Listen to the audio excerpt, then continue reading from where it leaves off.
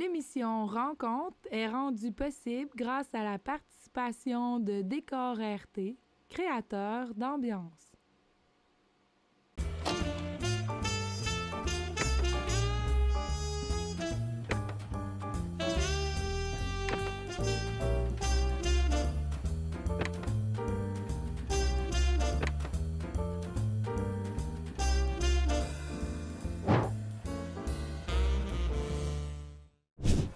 Bonjour et bienvenue à une autre rencontre. Aujourd'hui, ça va être avec Junior Saint-Cyr, directeur général de récupération Frontenac.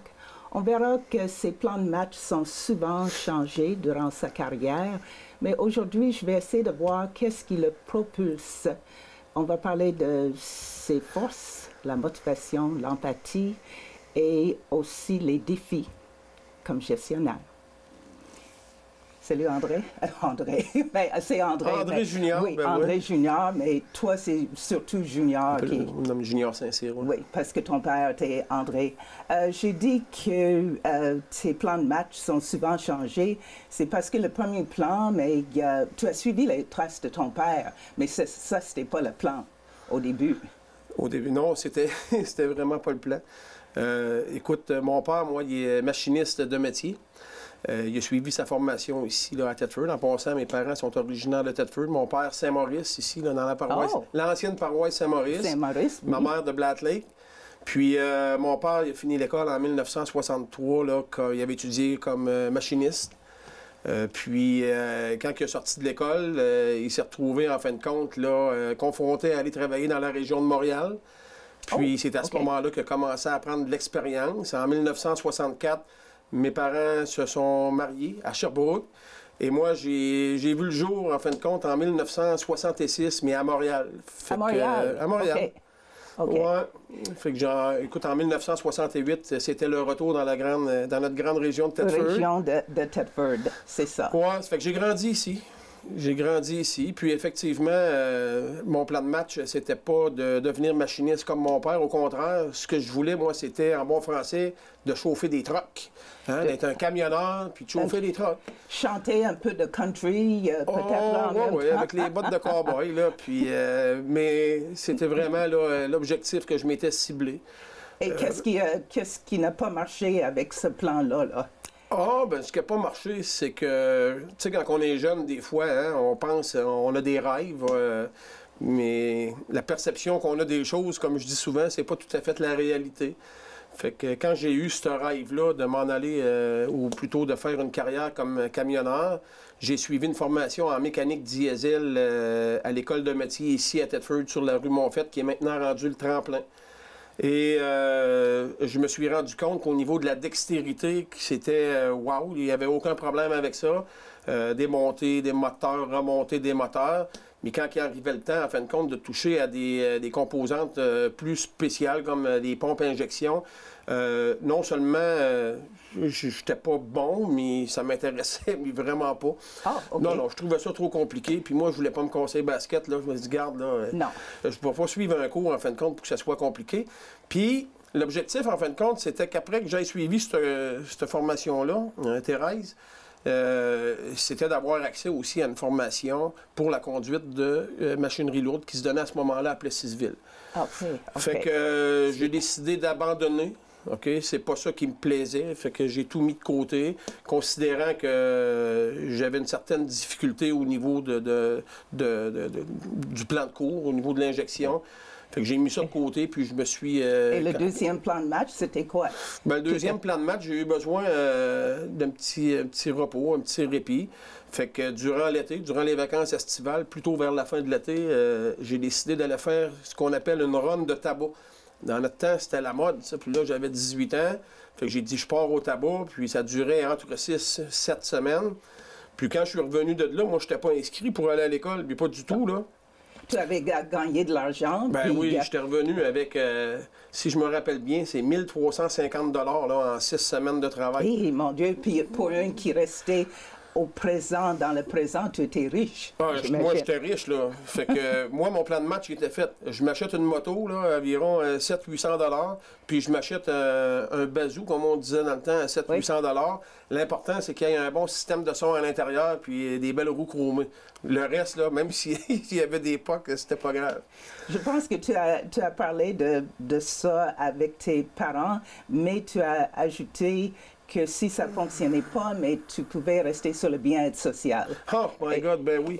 Ben ça, j'avais beaucoup d'ambition, là.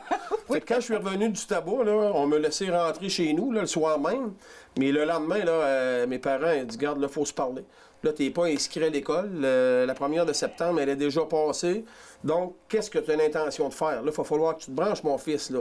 Mais là, je lui ai expliqué le plan de match. Là, je vais m'acheter une moto. Là, je vais acheter mon auto. Puis, à partir de ce moment-là, je vais faire une demande d'aide sociale. Puis là, ben, avec l'argent que je vais recevoir, ben là, je vais être capable d'aller me trouver un travail. Je suis sûre que ton père il a dit « Oh oui! » Et non, c'est pas de même que c'est pas de même que ça s'est passé. Donc, j'ai pas eu le temps de finir ma phrase au complet, je crois, parce que mon père a dit là, c'est assez, va t'habiller, il dit embarque avec moi, on s'en va pas au tremplin, c'était l'école de métier, le pavillon des métiers, excuse-moi, pavillon des métiers.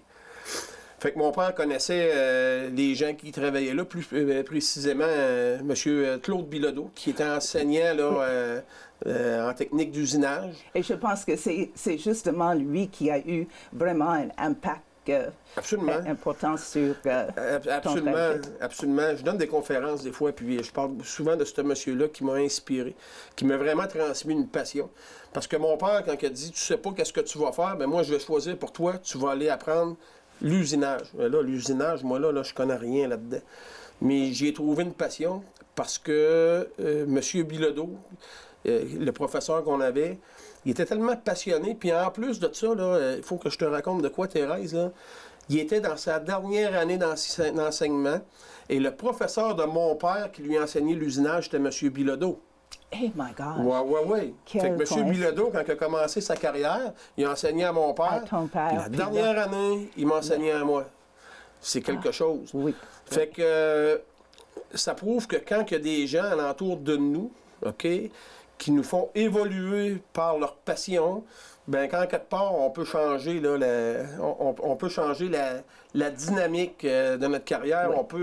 on peut trouver plein de choses. Et j'imagine que ça, c'est quelque chose que tu essaies de transmettre ou que ça prend place beaucoup dans l'entreprise récupération ou n'importe où tu travailles, j'imagine. Ah, ben, il y a une série de facteurs. L'élément déclencheur au niveau de ma carrière, ça a été vraiment ma formation en usinage. Par la suite, j'ai eu la chance d'occuper un poste de machiniste, mais machiniste de production dans une super de belle entreprise qu'on appelait dans le temps Roto SNA. Est-ce que ça, c'est à Saint-Clair? Non, c'était ici à Thetford. C'était ici à Thetford. Oui. Okay. Fait que j'occupais un poste là, de machiniste de production. Par la suite, j'ai été promu pour un poste de régleur, c'était ajuster différentes machines. Donc j'avais une ligne de production là, que je m'occupais. J'étais responsable là, de la mise en marche, de la production de certaines pièces, des freins à disque qu'on appelait dans le temps. Là. On appelle ça encore de même aujourd'hui d'ailleurs. De la même façon. Puis j'ai travaillé 4 ans pour cette entreprise-là. Puis, à un moment donné, il y a eu comme un frein, c'est le cas de le dire, on fabriquait des freins, il y a eu comme un frein, l'entreprise a décrété lockout. OK. Puis, à ce moment-là, je me suis retrouvé dans la petite région de Sainte-Claire, dans Bellechasse. Fait que j'avais ramassé mon coffre d'outils. Le 12 juin 1989, je me dirigeais vers Sainte-Claire. Donc, le petit gars de Thetford, là, c'était fini. Là. Ah ouais, go Sainte-Claire, puis je m'en vais travailler là. Tu ne savais pas ce que t'attendais, mais quand même, c'était un autre bloc qui s'est bien placé. Bien, encore une fois, tu as entièrement raison. Là. Écoute, je ne savais pas ce qui m'attendait là-bas. La seule chose, c'est que c'était des machines similaires comme on avait à Thetford. J'avais appris, j'avais déjà 4 ans d'expérience là, au niveau de l'usinage, au niveau de la production. Fait qu'à partir de ce moment-là, ben moi, j'ai commencé à travailler avec eux. Par la suite, j'ai été promu pour avoir un poste de contremaître sur l'équipe de nuit. Donc, j'ai accepté. J'ai jamais refusé en passant. Non. J'ai jamais refusé. Je me suis souvent posé des questions à savoir si j'avais les compétences, mais à un moment donné, mais tu es toujours prête à accepter relever le défi. Ah oui. Puis j'ai fait ça peut-être 2 ans. Puis c'est en 93 qu'on m'a offert un poste de formateur industriel pour accueillir les nouveaux employés, parce qu'à ce moment-là, c'est une entreprise qui est en pleine expansion. Les accueillir, de bien les intégrer, de les placer en compagnonnage avec des gens qui avaient quand même de l'expérience là, au niveau de cette entreprise-là, les évaluer. Donc, je relevais directement du département des ressources humaines. Alors, on voit déjà que chaque fois, il y a une différence, il y a un changement, il y a une adaptation Ouais. pour toi. Comment est-ce que toi, tu décrirais Junior? Je veux dire que c'est sûr que tu as les capacités de leader, c'est sûr, mais toi, quand tu Junior, j'imagine il y a aussi un autre côté de Junior. Mais comment est-ce que toi, description?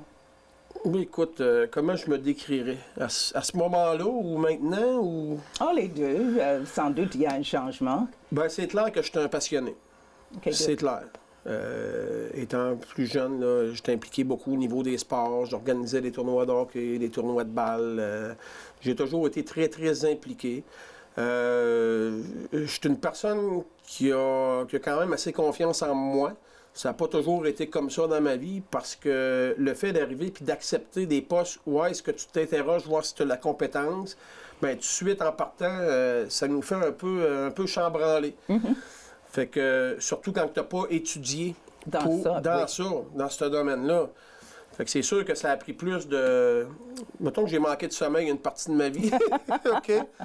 Mais je me décrirais comme un passionné, quelqu'un qui fonce, quelqu'un qui voit la vie comme toute chose est possible. Tu sais, il n'y a rien d'impossible en fin de compte, là. Et tu as l'esprit ouvert pour les choses. On n'a pas le choix d'avoir l'esprit ouvert. C'est pas quelque chose je dirais, qui est naturel chez l'humain. Pour moi, là, je le comprends comme ça. D'avoir l'esprit ouvert, bien entendu, c'est d'être à l'écoute, mais ça passe plutôt par le respect. Fait que quand tu respectes les autres, quand tu respectes les gens qui t'entourent, ben tu développes quand même une facilité d'être ouvert d'esprit. Mais il faut se dire les vraies choses. Être ouvert d'esprit, c'est pas toujours facile. C'est pas toujours facile. Non. Je suis une personne qui aime être bien entourée.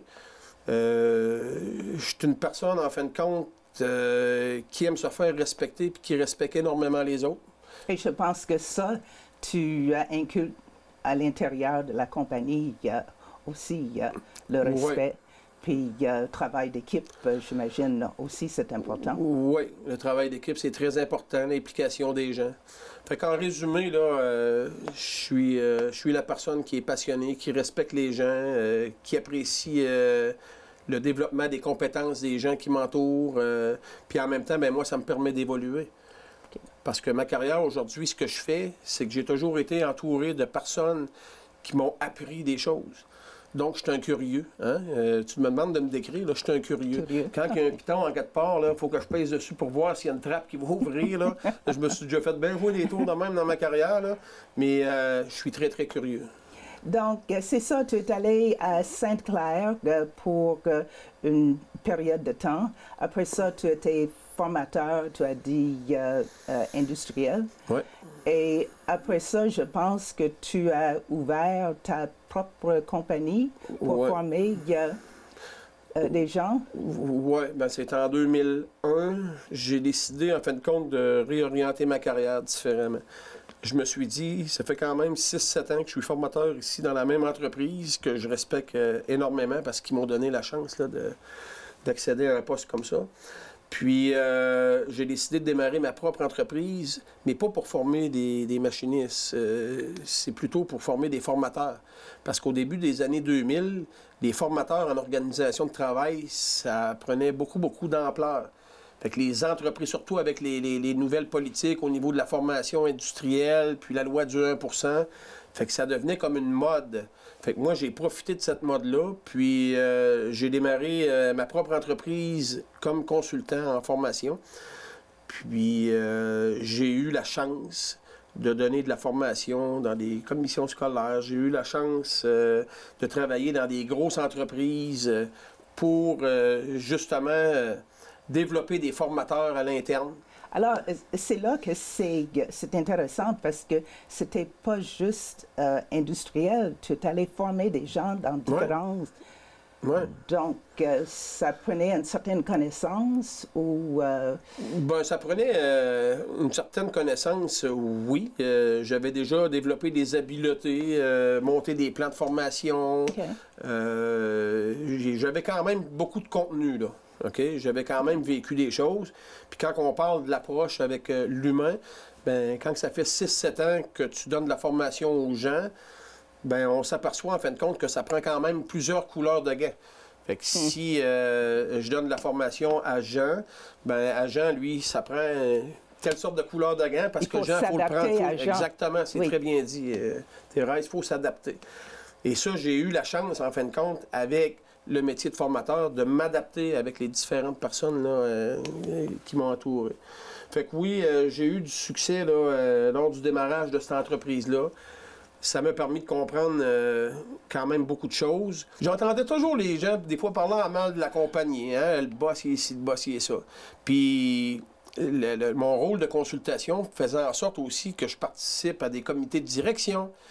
Puis, quand j'allais dans ces comités de direction-là, bien, souvent, j'entendais parler, ben, lui, cet employé-là, puis lui. Puis là, je me disais, puis je disais à ma femme, je dis, je comprends pas.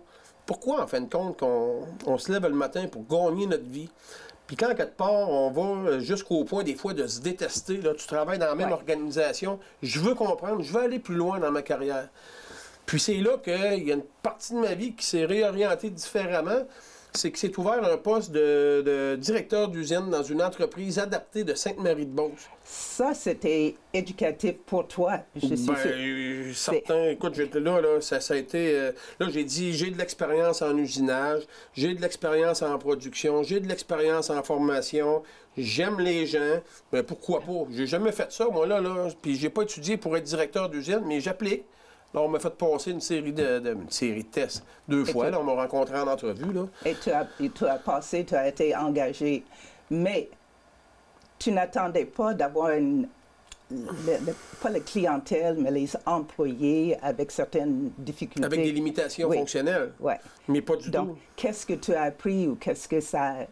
Je suis sûre que ça a donné de quoi pour ta personne? Là. Ça a donné beaucoup de choses pour ma personne parce que, écoute, cette entreprise-là qui existe encore aujourd'hui, qu'elle est extraordinaire dans ce qu'elle fait, dans sa mission sociale. C'est une équipe de dirigeants là, qui est en place, là, qui ont vraiment à cœur le développement des compétences des personnes qui vivent avec des limitations. Moi, quand je rentre la première journée puis que je vois ça, je dis, attends un petit peu là. Je dis, les gens qui travaillent ici, OK? C'est comme s'il y en avait peut-être qui pour... Comment j'interpréterais ça? Peut-être différent. OK? Je suis habitué de travailler dans des milieux industriels très professionnels. La chemise avec le nom de l'entreprise, puis le nom. Là, tu vois des gens, tu dis, voyons, puis tu leur parles, puis... Et là, c'est là que j'ai commencé à comprendre qu'est-ce que c'était l'entreprise adaptée. Et là, mon expérience comme formateur, mon expérience au niveau approche humaine, puis tout ce que j'ai acquéri, hein, bien, ça m'a permis, en fin de compte, de bien m'intégrer avec eux. Puis, ça nous a permis aussi de se donner des défis, tout le monde ensemble, dans cette entreprise-là, au niveau de la production. Donc, j'ai réalisé, personnellement, puis en équipe, okay, des choses que je ne m'attendais pas. Parce que ces gens-là sont extraordinaires. Ces gens-là, écoute, ils veulent que l'usine fonctionne. C'est leur travail, c'est leur milieu social. Fait qu'une personne comme moi qui arrive, là, le match a été comme parfait. Ça a été parfait. Ça a tombé pile. J'ai tombé pile. Tu m'avais dit, quand on s'est rencontrés, je trouvais vraiment intéressant. Souvent, une compagnie fait l'entretien préventif sur des équipements, mais oublie trop souvent de faire l'entretien sur le personnel. Oui, c'est vrai. Parle de ça. On paye des milliers de dollars, en fin de compte, pour changer les bearings, puis changer les moteurs, puis hein, c'est la mécanique, là, c'est super important. Pas de mécanique, tu n'avances pas. Mais aujourd'hui, je pense que les entreprises, ils comprennent que de la maintenance préventive, ça se fait aussi au niveau des employés. On n'a plus la même façon de gérer des ressources humaines comme on avait il y a 30-40 ans. sais, le principal acteur au niveau de la réussite d'une entreprise, c'est nos employés. Tu auras beau mettre le plus beau puis le plus performant des robots ou des trieurs optiques comme on a chez nous ici à Thetford, mais si j'ai personne pour s'en occuper, si j'ai personne en fin de compte pour corriger toutes les erreurs que ces machines-là peuvent faire, on s'en va pas nulle part. Fait que moi, avant toute autre chose, l'humain, c'est la priorité. Et ça fait des années et des années que je suis vraiment ancré là-dedans. Puis je dis pas qu'il faut pas mécaniser, là. C'est pas vrai. Oui, on doit mécaniser, on doit avoir un degré de performance. Mais quand on se ramasse dans une entreprise adaptée, on ne travaille pas dans un milieu compétitif, on travaille dans un milieu productif. Et notre rôle, c'est de développer les compétences des gens qui travaillent avec nous et de bien le faire. J'ai resté surprise quand j'ai vu qu'au moins avant la pandémie COVID, mais à la récupération Frontenac, tu offert les services comme de massage dorsal, esthéticienne. Je dis, mais mon Dieu, ça c'était vraiment... Cette idée-là, ça c'est... tu as eu pour donner une chance aux employés de relaxer, d'être bien. Ouais. C'est une idée à un moment donné qui est venue, dire, regarde, qu'est-ce qu'on peut... En fin de compte, il faut toujours se poser la question, Thérèse, qu'est-ce qu'on peut faire pour être différent? Pas d'être différent des autres, différent envers nous-mêmes. Qu'est-ce qu'on peut faire autrement pour justement mettre du pep et égayer ce qui se passe dans un quotidien chez nous? Fait que souvent, les gens qui sont confrontés à travailler debout ou sur des postes de tri, des fois, ils vont avoir des petites douleurs dans le dos. Fait que on a communiqué avec une massothérapeute, elle est venue voir c'est quoi les besoins qu'on avait. Puis oui, on a démarré ça. On a regardé aussi avec une esthéticienne, parce que travailler l'hiver là avec des gants puis tout, c'est pas toujours évident pour eux autres. Fait que l'esthéticienne, elle venait, puis elle faisait un massage des mains. Là. Je peux pas te dire les noms là, par cœur, parce que moi, les affaires d'ongles, les manicures, c'est ça, comment elle appelle ça? Là? Okay. Je connais rien là-dedans. Oui. Je connais même pas ça, les barbiers, moi, pour ça. Hein? Non, je pense que tu vas pas souvent, là. Mais c'est ça, et écoute, faire des faciales. En fin de compte, c'est d'apprendre aux gens que ces services-là, ça existe, puis de leur donner une voie d'accès. Et de montrer qu'ils sont importants pour la compagnie. Absolument. Il ne reste pas beaucoup de temps. Ça passe vite avec toi.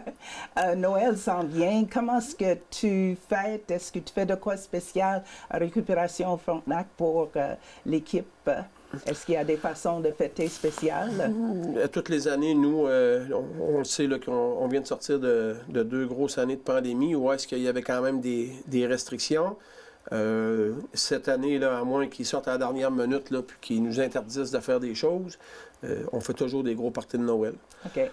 Moi, là, chez nous, là, les parties qu'on organise, il y a du monde, okay? C'est tout accompagné. Puis je mets au défi les entreprises de Thetford d'avoir des parties aussi gros que nous autres. Là. Je sais que les entreprises organisent ça à leur façon, puis que c'est très bien organisé, c'est une façon de parler. Mais non, ça swing. On va dire comme on dit, là, ça swing la patte chez nous, les parties de Noël. Là. Ouais. C'est bien. Puis, Junior, de temps en temps, tu prends des vacances? J'espère. Oui, je prends des vacances, sauf que ça, c'est une autre discipline, une autre ligne de conduite qu'un gestionnaire doit mettre, en fin de compte, dans sa description de tâche. OK? Je commence à avoir une certaine aisance. Je commence, sans dire lâcher prise. On ne peut pas lâcher prise en tant que gestionnaire, mais de voir les choses différemment puis de mieux les organiser. Parce que c'est difficile de décrocher. On aura beau dire, moi, je suis gestionnaire, puis quand j'arrive chez nous le vendredi soir, je mets la switch à off. C'est pas de même que ça se passe. Fait que je te donne un exemple. Je suis un gars qui aime bien aller à Cuba, là, puis dans le sud, là. Je me donne toujours une ligne de conduite. De 9h à 9h30, j'ouvre mon ordinateur, c'est mes petits emails, je prends ce qui est important. Ce qui n'est pas important, bon, mais regarde, je vais mettre ça de côté quand je vais revenir. Ça, c'est quand tu es en vacances? Oui, mais c'est important. Okay. Pour moi, ça, c'est le truc que je me suis donné pour décrocher. Fait que ça prend une demi-heure. Mais après ça, c'est fini. Après ça, c'est fini, okay? Puis le cerveau, ça va pas là. Sinon, quand tu reviens, là, c'est quelque chose. Puis là, ça va aller jusqu'à... Ça m'est jamais arrivé, mais ça pourrait aller jusqu'à manquer une opportunité quand même importante. Okay. Tu sais, quand tu es gestionnaire d'une entreprise, écoute, il faut que tu y vois. Fait que c'est important, comme je dis, de se donner des moyens, de se donner un plan. Fait que oui, je prends des vacances. Je peux pas dire là, que je n'en prends autant que je n'en voudrais parce qu'il y a toujours un nouveau projet chez nous. Là, on a des projets d'agrandissement, puis écoute, c'est ça. Puis dans trois phrases, les chevaux. Tu aimes ça, faire l'équitation? Oui. Bon, on a passé notre jeunesse, là, moi et ma soeur, ben, mes parents aussi. Là, mais moi et ma soeur, on avait chacun notre cheval. On a fait de la compétition. Dans le temps, on appelle ça du hors-show. Puis, écoute, mon père il a vendu quand j'avais 17 ou 18 ans. Puis, j'ai eu la chance de faire connaître les chevaux à mes deux filles. Oui. En 2010, au début des années 2010, là, on a acheté un premier cheval, puis un deuxième, puis... mais là, maintenant, on n'a plus. OK, là, c'est fini. Game over. Bon, je n'ai plus de temps. C'est ça, je savais que c'était pour passer vite avec toi. C'est sûr que le chiffre d'affaires est important pour un gestionnaire, mais je trouve que c'est aussi important de valoriser et être sûr que les employés sont appréciés, et c'est ça que tu fais. Merci beaucoup. Merci, Thérèse. Merci. Et merci à vous autres, les auditeurs. J'espère que vous avez appris d'autres côtés de Junior Saint-Cyr. Soyez avec moi la semaine prochaine pour une autre rencontre.